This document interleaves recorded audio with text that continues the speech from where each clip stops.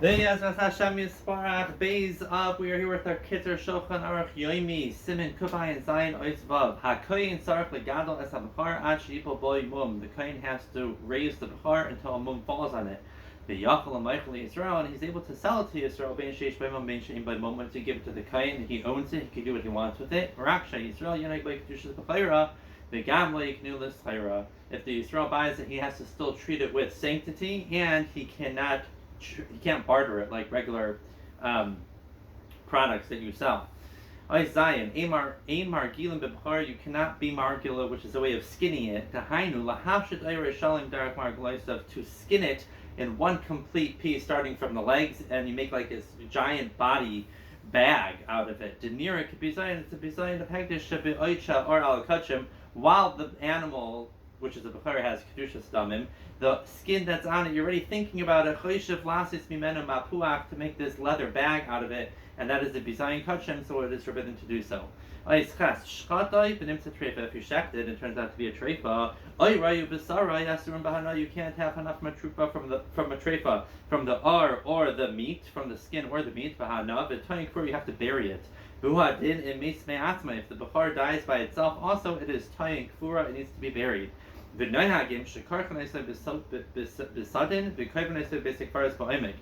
knowing that they would wrap it up in a sheet and bury it in the basic kares. Any bechar, whether it's a tam or a balmum, it is asur to shear it or to work with it. Even if some of its wool gets detached by itself, it gets caught in a thorn bush.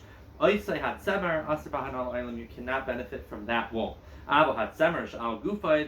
The wool that's growing on it, if when it gets the moment, therefore it's mutter to shechted, hashchita materas gam. The shchita, which is mattering you to eat the animal, will also matter you to use the wool.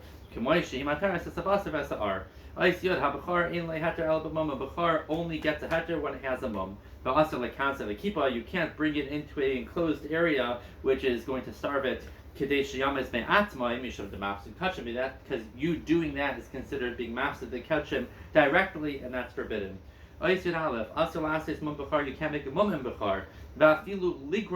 Even to, by a byproduct of your action, to cause a mum indirectly, to put a piece of dough, this is something they would do, on the ear of the animal, that a dog should come and bite it off and now make a mum, forbidden. It's going to break off the ear with it, or to tell a guy, hey, can you make a mum? That is asur.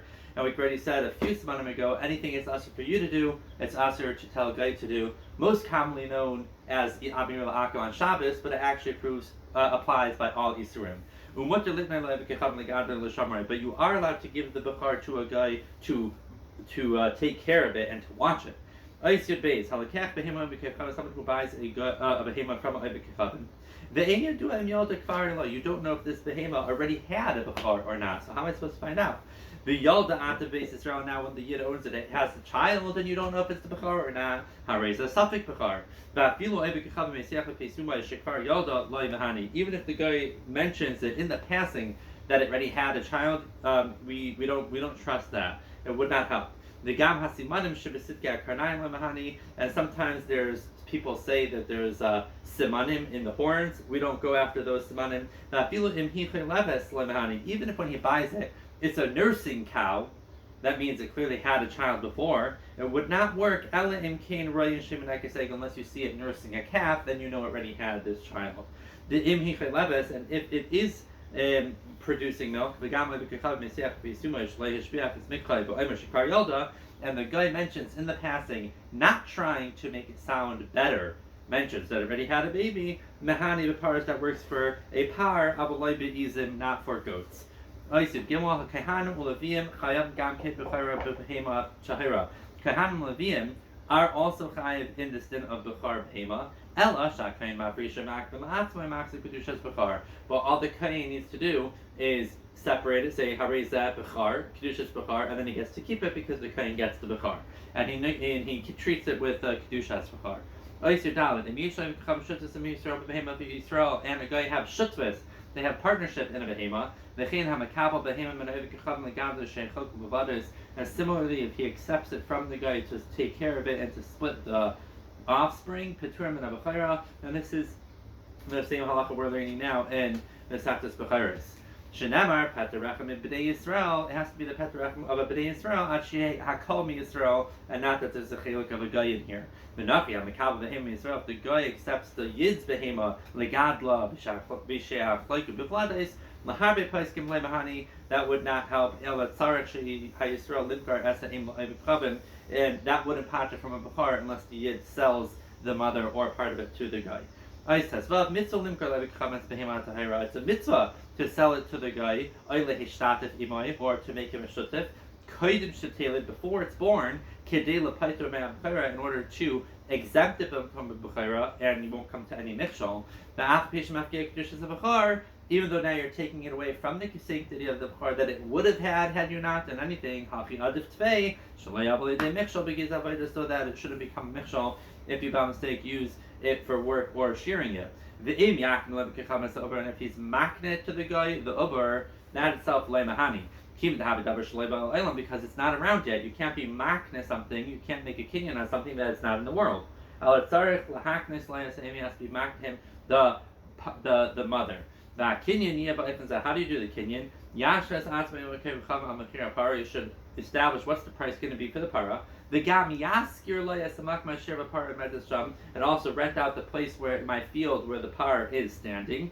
He'll pay him a pruta.